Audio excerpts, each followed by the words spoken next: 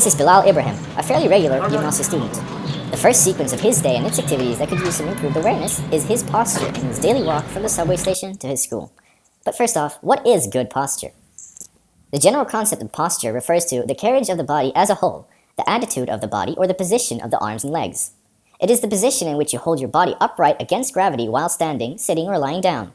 Good posture is the position which is attained when the joints are not bent or twisted and the spine is aligned. Maintaining good posture involves training your body to move and function where the least strain is placed on bones, joints, and soft tissues. Here are some helpful hints. Keep your back straight. Maintain all 3 natural curves in your spine. Distribute your weight evenly on both hips. Keep your head and neck aligned over your shoulders. Sit back in your chair. Your back should be supported by the seat back. Adjust your chair height so that your hips are slightly higher than your knees. Be sure your feet are supported by the floor or by a footrest. Avoid sitting for long periods of time. Get up from your chair at least once every hour. Do not twist or bend your back from a seated position.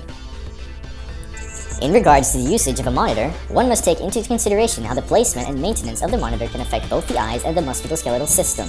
The following suggestions can help prevent the development of eye strain, neck pain, and shoulder fatigue while using your computer workstation. Make sure the surface of the viewing screen is clean. Adjust brightness and contrast to optimum comfort. Position the monitor directly in front of the user to avoid excessive twisting of the neck. Position the monitor approximately 20 to 26 inches, about an arm's length, from the user. Tilt the top of the monitor back 10 to 20 degrees. Position monitors at right angles from windows to reduce glare. Position monitors away from the direct lighting, which creates excessive glare, or use a glare filter over the monitor to reduce glare. The top of the viewing screen should be at eye level when the user is sitting in an upright position. Note: bifocal wearers may need to lower monitor a couple of inches. Contrary to popular belief, sitting, which most people believe is relaxing, is hard on the back. Sitting for long periods of time can cause increased pressure on the intervertebral discs, the springy, shock-absorbing part of the spine. Sitting is hard on the feet and lungs as well. Gravity tends to pool blood in the legs and feet and create a sluggish return to the heart. The following recommendations can help increase comfort for computer users. Dynamic sitting. Don't stay in one static position for extended periods of time. When performing daily tasks, alternate between sitting and standing. Adjust height of backrests to support the natural inward curvature of the lower back. It may be useful to use a rolled tower or a lumbar pad to support the lower back. The backrest angle is set so that your hip-torso angle is 90 degrees or greater.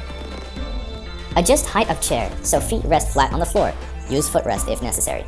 Sit upright in the chair with the low back against the backrest and the shoulders touching the backrest. Thighs should be parallel with the floor and knees at about the same level as the hips. Back of the knees should not come in direct contact with the edgy part of the seat pad.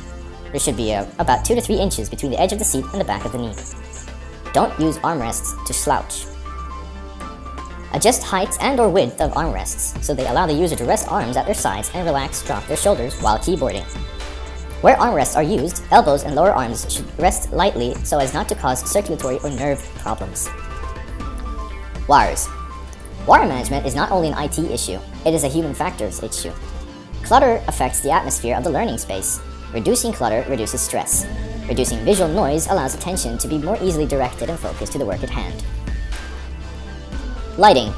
Why is lighting important? Whether in industrial or office settings, proper lighting makes all work tasks easier. People receive about 85% of their information through their sense of sight. Appropriate lighting, without glare or shadows, can reduce eye fatigue and headaches. It can prevent workplace accidents by increasing the visibility of moving machinery and other safety hazards. Good quality lighting also reduces the risks of accidents and injuries from momentary blindness, momentary low field vision due to eyes adjusting from brighter to darker or vice versa surroundings. The ability to see at work depends not only on the lighting but also on the time to focus on an object. Fast-moving objects are hard to see. The size of an object. Very small objects are hard to see. Brightness. Too much or too little reflected light makes objects hard to see.